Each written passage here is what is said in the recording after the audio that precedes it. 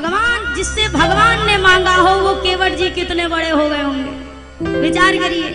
भगवान के पार कर दे। अच्छा, एक शब्द केवल भगवान ने बोला था, नैया ले आओ, बाकी जितना बोले केवट जी बोले। राम जी मोहन, केवट जी ने कहा हाँ हमारी काट की नैया। सरकार आपको पता है यही एक ही नैया है जो हमारा घर चलाती है, हमारे दादाजी ने चलाया, फिर ये नैया हमारे बाबूजी ने चलाया, ये नैया आज हम चला रहे, कल को हमारे जो छोट छोट लड़का बच्चा है कल को वही नैया चलाएंगे, और नैया ना रहेगी तो घरवा वाले भूखे मर जाएंगे। सरकार मर जाऊंगा पर नैया नहीं जाने दूंगा, कुछ हो जाए। अरे ना हम वेद वेदांत के पढ़े ना अपने लड़का बच्चा को पढ़ाएंगे, जो हम कर रहे वही वो कर रहे।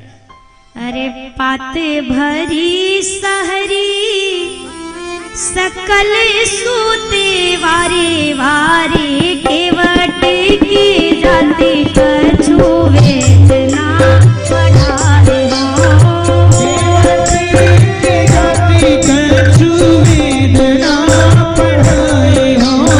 सब परिवार हीरो यही लागे राजा जू, सब परिवार यही लागे हो।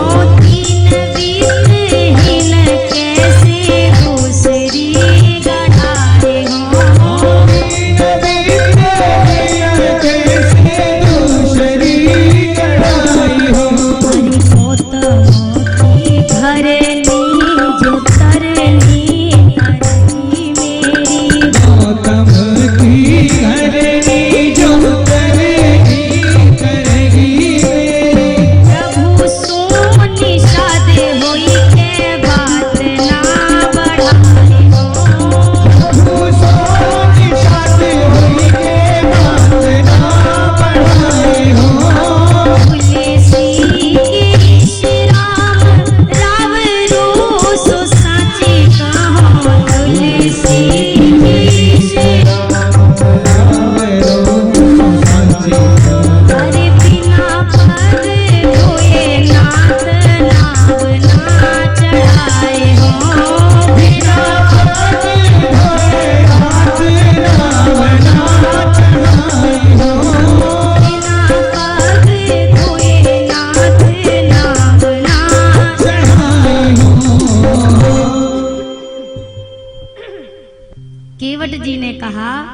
हमने सुना पत्थर पे रज पड़ा, स्त्री बन गई, आकाश में उड़ गई। लखन लाल का ऐसे तो बहुत सारे पत्थरों पे भैया ने पैर रखा, अभी तक तो नहीं बना दोबारा कुछ।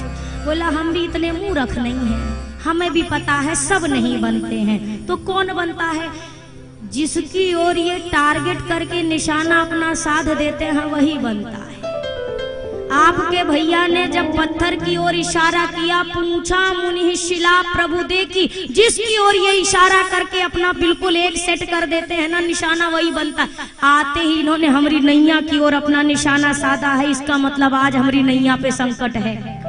हमको लगता है कऊ बाबा जी से ये फिर वादा करके आए हैं, आप यहीं बैठो, हम आपके लिए अभी अभी धर्म पत्नी भेजते हैं। इसीलिए ये गोस्वामी जी ने लिखा भी है, इसीलिए ये ऐसा कर रहे हैं। आप इस चक्कर में मत रहिएगा कि केवट को बेवकूफ बनाकर आप मेरी नैया ले लोगे। अरे आप देख कर तो देखो, मैं कदापि अपनी नैया नहीं दूंगा, कुछ भी हो जाए। लखन लाल ने कहा तो बन जाएगी तो इसमें गड़बड़ी क्या है? अच्छा तो है, पार करने वाली खुद ही पार लग जाएगी। बोला अच्छा बनेगी का स्त्री ना बनेगी, और स्त्री बनेगी हमारे घरवा में जो हमारी घरवाली श्रीमती जी बैठी है उनका क्या होगा? लखन लाल ने कहा बढ़िया है जैसे एक वैसे। तो बोला केवट जी ने कहा हमारी वाली से मिले हैं कभी? हैं? मुलाकात हुई है? लखन लाल ने वैसे कहा क्या जवाब दूंगा पत्नी को? लक्ष्मण जी ने कहा बोल देना कि जो जो घटना घटी बता देना और समझा देना। केवट जी ने कहा अच्छा वो यकीन करेगी, वो तो कहेगी नौवा बेच के दूसरा ब्याह करके आया है, नाव बेच के, झूठ बोलता है, कैसे समझाऊंगा? लखन लाल ने कहा 3 घंटे से भगवान को समझा रहे हो, पत्नी को नहीं समझा सकते? केवट जी ने कहा भगवान को समझाना आसान है। हमने कुछ नहीं बोला, हमने मत बोलिए, घर आपको भी जाना है 1 घंटा बाद। हाँ जितना सही है कह रहे ना, घरों पे सब निकल आएगा। इशारों को अगर समझो, राज को राज रहने दो। केवट जी के कौन समझाएगा, कैसे होगा? लखनलाल ने कहा बड़ी विचित्र बात करते हो, तो क्या चाहते हो? बोला बस मैं वो जादू वाला रज निकाल दूं, फिर आराम से नैया पे बैठिए, क्या दिक्कत है? राम जी मौन। केवट जी ने कहा हमको तो लगता है इनको पार वार नहीं जाना है, जिसको पार जाना है वो बोलता नहीं, ये तो बोलते ही नहीं है। अच्छा देखो, दो रास्ता है सरकार, या तो हमारी नैया से पार चलो, या तो दूसरा रास्ता है यही घाट ते थोड़ी को दूर अहे कटिलो जल था दिखाई हो जू। अगले घाट पर थोड़ा जल है, पैदल पार किया जा सकता है, चले आप जाएंगे उससे पार कर लीजिए। लक्ष्मण जी ने कहा बहुत सुंदर, तुरंत ले चलो। केवट जी ने कहा अब ही नहीं, रात में। रात में क्यों? बोला कहा मूर्ख है, किसी को पहला ही शॉर्टकट दिखा दे, फिर कौन सा पैसेंजर पैसा दे के हमारी नैया में बैठेगा? सब ना उसी रास्ते से पैदल पार कर जाएंगे, फिर हमारे नैया पे कौन आएगा? अभी नहीं, इंतजार करिए। लखनलाल ने कहा इतना समय नहीं है, तो बोला अपने भैया को पैर धुला ले, क्या समस्या? राम जी मौन। केवट जी सोचे ये कुछ बोले तब ना बात बनेगी, ये बोलेंगे नहीं तो कैसे बात बनेगी। लगे राम जी की ओर निहारने और कहते हैं सरकार बात छोटी है, सिर को हिला दीजिए। आपको बोलने में कोनो समस्या हो रही तो खोपड़ी तो दाएं बाएं आगे पीछे कुछ कर दो, हम समझ जाएंगे, इशारा कर दो। बात छोटी है, सिर को हिला दीजिए, पाँव अपना प्रभु जी धुला लीजिए। हम हैं अनपढ़े, कोई भूल हो भी गई, आप मालिक हैं सब कुछ भुला दीजिए। लखनलाल ने कहा हमको तुम्हारी नैया से पार ही नहीं जाना।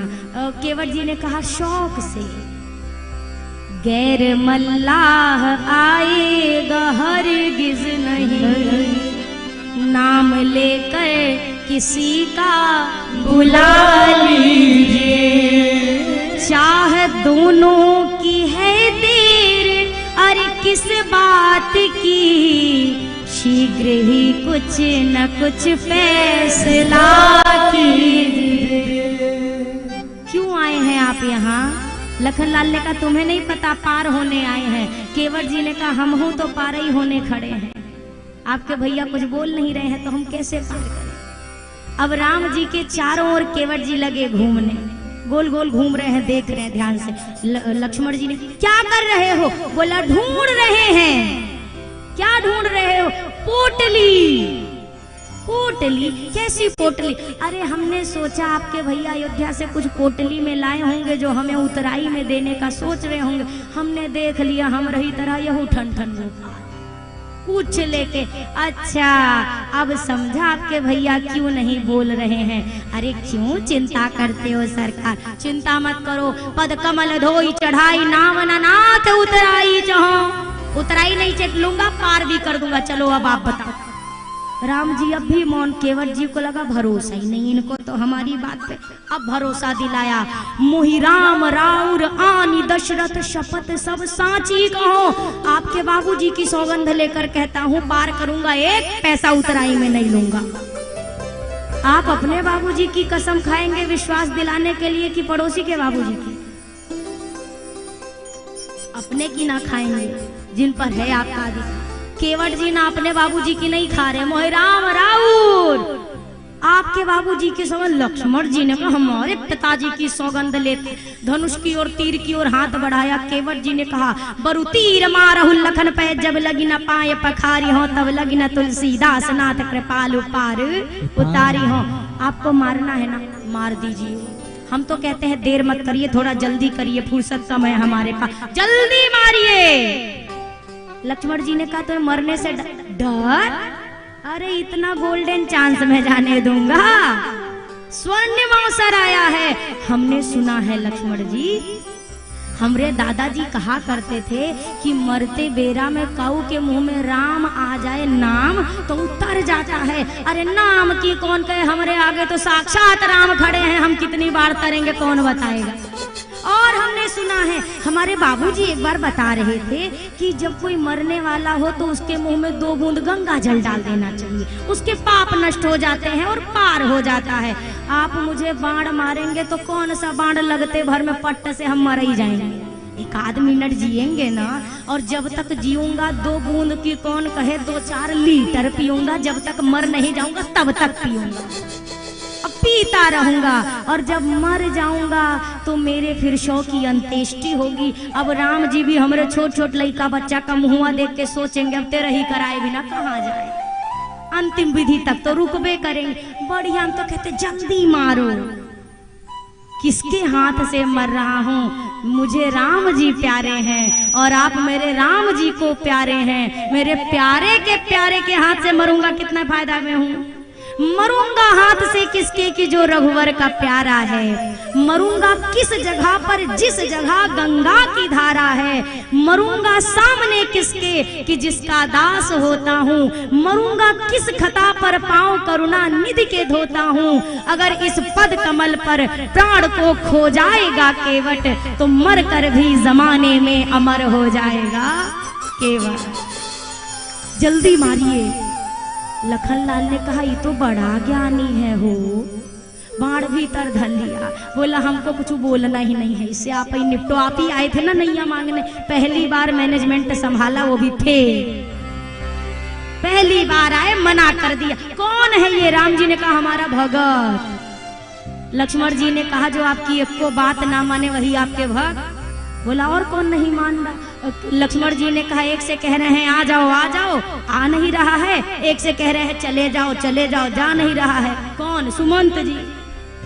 केवट आ नहीं रहे हैं, सुमंत जी जा नहीं रहे हैं। देखो खड़े हैं पेड़ के पीछे। राम जी ने कहा अब क्या करें? जब हम जंगल के लिए निकलने लगे लक्ष्मण, तो मैंने आपको भी तो बोला था मत आओ, आप माने। किशोरी जी से कहा आपको भी रोका था, आपने मेरी बात मानी। दोनों ने ना में सीट नहीं मानी तो नहीं। राम जी ने काम तभी समझ गए थे जब हमारे घरवा वाले हमारी बात नहीं मान रहे तो बहरी वाले काम आने। दुकान खोलते ही, शटर खुलते ही कोई उधार मांग ले तो दुकान बहुनी खराब कर दी, हमारी शगुन बिगाड़ दिया। राम जी ने कहा हमारी यात्रा की बहुनी ही खराब हो गई थी। नहीं से शुरू हुई, वो नहीं से ही चलेगी आगे। खड़े रहो, क्या कर सकते। केवट जी के बताओ सरकार क्या करे? राम जी ने कहा सुई करो जे तब नाव ना जाए, जिसमें आपकी नाव ना जाए वही करो। अब केवट जी ये सब गोल मोल बातें नहीं चाहते, उनको मुंह खोल के कहो कि जाओ जल लेके आओ, चरण धो। उनको साफ चाहिए। राम जी ने कहा मन ही मन, अरे आपसे पहले कितनों ने चरण पखारे, पूछा नहीं, आप भी बिना पूछे पखार लो, क्यों कहने के लिए कह रहे हो? केवट जी ने कहा हमसे पहले जितनों ने धोया उनकी कोई अपनी गर्ज रही होगी, हमारी कौन सी गर्ज है? गर्ज तो आपकी है, आपको पार जाना है, हमको क्या है मतलब? आपकी गर्ज हो तो धुला लो। अब राम जी ने मुख खोल कर कहा बेगियानी जल पाए पखारू, जा भैया जल लेके और पखार ले। वाह रे केवट जी अभी तक खड़े होके बतिया रहे थे, धम्म से बैठ गए जमीन। जब राम जी ने कहा जाओ ले आओ पखारो, बैठ गए। लखनलाल ने कहा अरे विधाता अब काहे बैठे? भैया ने बोला ना जाओ लाओ जल धो भैया के चरण, जल्दी धो। केवट जी ने कहा ना ना ना ना ना ना ना ना, गलत बात नहीं सरकार। आपके भैया ने अगर धोने के लिए कहा होता तो हम अब तक धो धा के फिट कर देते। आपके भैया ने कहा है पखार लो। अब पखारने का कार्यक्रम तो पत्नी के साथ गठबंधन करके किया जाता है, हमारी घर वाली घरे बैठी। अब बताओ राम जी से लक्ष्मण काहे आपने इतना भारी भरकम शब्द बोला? भैया धो लो क्यों नहीं बोला? राम जी ने कहा हमने कुछ नहीं किया, यही 3 घंटे से कह रहा था पखारी हो पखारी हो पखारी हो, तो हमारे मुंह से निकल गया पखार लो, हमें क्या पता था। अब केवट जी नीचे बैठे, जाएं पत्नी को बुला लाए। अब लखनलाल क्रोध से हिल गए ना, तब नहीं मारा था, तुरंत मारा। हिल मत जा बेटे, धोना है तुरंत धो, जाना कहीं नहीं है, समय बर्बाद कर रहे हो। अब केवट जी राम जी जाएं। अब राम जी फंस गए बीच में। भैया जाने मत देना, इतनी देर से मनमानी कर रहा है, अभी भी मनमानी, जाने मत देना। अब राम जी ना कह सकते ना हाँ कह सकते, बीच में पड़। अब केवट जी भोला सा मुखड़ा पर सरकार जाएं। प्रभु जाए। अब राम जी सोचे अब बोल तो सकते नहीं, तो राम जी ने जैसे देखा लखन लाल की निगाह हटी, राम जी ने यूं निगाह बोला कुछ नहीं। गोस्वामी जी ने लिखा मानस जी में, कवितावली जी में, अरे प्रभु रूख पाई के बुलाई बालक घरी में, प्रभु रूख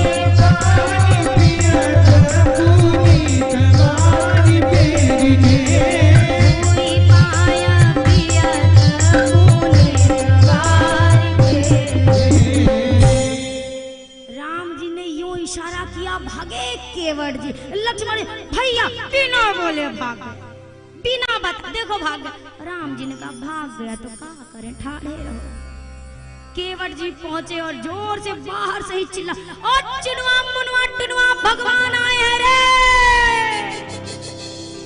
भगवान कहाँ भगवान आए बाबूजी? अरे गंगा के तीर पर भगवान खड़ा है। भगवान छोट छोट लड़का बच्चा भागे एकदम से, जैसे भागने लगे भगवान की ओर। केवट जी ने कहा रुक रुक रुक रुक, क्या हुआ बाबूजी? बोला दुई ठो हैं, गोरखके के पास जाओगे तो पट्ट से मारेगा, मत जाना, बात बात पे बाण निकाल लेता है वो। गोरे वाले सरकार के सांवले वाले के पास जाना, प्रणाम करना और घेर के बैठ जाना। बाबूजी घेरना क्यों? बोला घेरना इसलिए है क्योंकि 2.5 घंटा से खड़ा किया हूँ, 2.5 घंटा और करूंगा।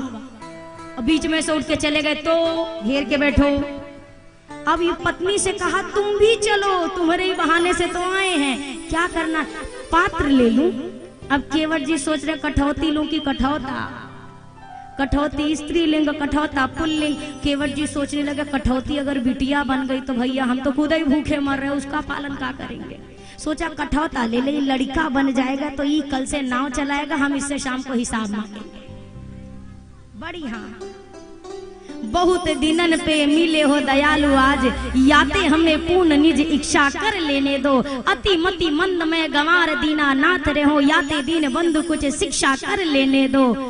दीन और दुखारी में भिखारी जन्म जन्म का हूँ, याते कृपा निधान कुछ भिक्षा कर लेने दो। काठ का और कठौता और काठ की ही नैया मेरी उड़ेगी कि नहीं, ये परीक्षा कर लेने दो। केवट जी बड़े चतुर हैं, सोचे लकड़ी का कठौता और लकड़ी की नैया, पहले ये कठौतवे पे ट्रायल ले लें, अगर इसको कुछ नहीं हुआ तब तो नैया में बिठाएंगे, और यही कुछ बन गया तो हम काहे अपना बड़का घाटा करेंगे। अथवा चरणामृत का शोषण करेगी लकड़ी और नित्य इसमें भोजन करूंगा तो रोज चरणामृत का सुख मिलेगा। केवट जी पहुंचे, छोटा सा कठौता, कहते सरकार पानी ले आया मैं। आनी पानी गंगा जी को लिखा है गोस्वामी जी ने। लक्ष्मण जी ने कहा अरे गंगा जी में जल होता है, पानी नहीं होता, जल बोलते हैं। केवट जी ने कहा प्रभु हमने अपने नित्य कर्म से इस जल को पानी बना दिया है, अब जब पुनः इस जल से आपके भैया के चरणों को पखारूंगा इस पानी से और उस चरणामृत को गंगा जी में डालूंगा तो पुनः ये जो पानी है वह जल में परिवर्तित हो जाएगा। आज गंगा मैया धन्यवाद दे रही केवट जी को। केवट जी शंकर जी हुए, ब्रह्मा जी हुए, जिन्होंने मुझे इनके चरण से दूर कर दिया। धन्य हो केवट जी, उनने तो दूर किया पर आज आपने पुनः मुझे उसी चरण से जोड़ कर रख दिया, मैं आपकी ऋणी। छोटा कठौता देखकर लक्ष्मण जी फिर क्रोध, इतना छोटा कठौता, भैया जान के छोटा लाया। केवट जी ने कहा जब हम आदमी ही छोटे हैं तो सामान कहाँ से बड़ा हो जाएगा। एक चरण आता है एक बार में। अब केवट जी आधा घंटा एक पांव पखारे। दुनिया में भक्त तो 1000 हुए जो भगवान के लिए एक पांव पे ठाड़े रहते हैं, ये पहला भक्त जिसके लिए भगवान एक पांव पे ठाड़े हैं आधा घंटा से। एक पांव पे खड़े केवट जी से कहा, डगमगा रहे ठाकुर। केवट जी ने कहा ठीक से रहिए प्रभु, मैं धो नहीं पा रहा हूँ। राम जी ने कहा एक पांव पे तब से खड़ा किए हो, अब हमसे खड़ा नहीं हुआ जा रहा। केवट जी ने कहा यहाँ कोई पेड़ पौधा खंभा तो है नहीं कि सहारा दे दे। एक बात सुनो सरकार, रेखन में जड़े कड़े याते देखी देखी धोऊं, आप एक पग पे फड़े याते ना कीजिए, और चाहो अवलंब तो विनीत जो विलंब बिन, नाथ मेरे माथे पर हाथ धरे लीजिए। एक काम करो, हमारे सिर पे आप अपना हाथ रखें। लक्ष्मण जी ने कहा क्यों आशीर्वाद लेना चाहते हो? केवट जी ने कौन सा आशीर्वाद, हम आपके भैया को सहारा दे रहे हैं, हमको कोनो आशीर्वाद की जरूरत नहीं, एक पैसे का एहसान नहीं। बोला आपको सहारा मिलेगा, रख लो हाथ। और देवता ऊपर से टुकुर टुकुर निहार, हमको क्या मिला रे? कुछ तो नहीं मिला। उससे बढ़िया तो केवट या उसका कठौता ही बन जाते तो हम धन्य हो जाते। चरण पखारा, पूरा चरणामृत पी लिया केवट जी ने। लक्ष्मण जी ने कहा चलो काम तो हुआ, चलो नैया में बिठाओ। केवट जी ने कहा कहाँ बिठाओ? हमरे जो चुनुआ मुनुआ आए हैं इनका कहा? टुकु टुकु निहार रहे कि अभी बाबूजी चरणामृत देंगे, इनके लिए भी अभी चरणामृत एक बार और धोऊंगा। दोबारा चरण पखारा, बच्चों के मुख में चरणामृत पान करा रहे। इसके बाद केवट जी से कहा अब तो हो गया ना तुम्हारा घर खानदान, अब चलो बिठाओ। केवट जी ने कहा अच्छा आप तो चले जाएंगे गांव से, गौवा वाले हमको मार डालेंगे पकड़ के, बोलेंगे हमको काहे नहीं चरणामृत दिए, एक बार और धोऊंगा। फिर धोए और चरणामृत बांटते बांटते 2.5 किलोमीटर आगे, और राम जी खड़े छोटके से बच्चे से लखन लाल ने कहा कहाँ गए तुम्हारे बाबूजी? बोला हम कहाँ जाने का, गए होंगे। लखन लाल कहे जैसे बाप वैसे बेटा। अब आधे घंटे बाद केवट जी आए, लक्ष्मण जी क्रोध से तिल मिलाए, अब बैठा लो तुम नैया में, तब से तुम्हारे नखरे हो रहे, अब चुपचाप बैठा नैया में, अब क्यों विलंब कर रहे हो? केवट जी ने सोचा तब नहीं मारे थे, अब पट्ट से मारेंगे। केवट जी ने राम जी को बोला थोड़ा इधर आइए ना, इधर। राम जी किनारे, केवट जी से क्या हुआ? केवट जी ने राम जी के निकट आके कहा एक बार और धोऊंगा। राम जी ने कहा अब कौन बाकी रह गया? बोला देखो सरकार बेमानी नहीं, आपके कारण घाट का नियम नहीं बदलूंगा, जो पहले से खड़ा है उसको पहले पार करूंगा, जो बाद में आया है वो बाद में पार जाएगा। राम जी ने कहा हमको तो कोई खड़ा नहीं दिखाई दे रहा। केवट जी ने कहा आपको दिख गए होते तो पार न लग गए होते, आपको दिखे नहीं इसीलिए तो अटक गए। बोला कौन कहा? हमारे बाबूजी, दादाजी, दादाजी के दादाजी, उनके भी दादाजी, हमारे पुरखे, हमारे पूर्वज प्रभु अटके हैं, पार करना है। अच्छा फिर से चरण धोया और केवट जी राम जी से कहते सुना है आप पढ़े लिखे हैं? लक्ष्मण जी ने कहा और क्या हमने पढ़ा, बिल्कुल शिक्षा ली है गुरुदेव के यहाँ जाके। राम जी से तर्पण के 2-4 मंत्र वंत्र आते हैं।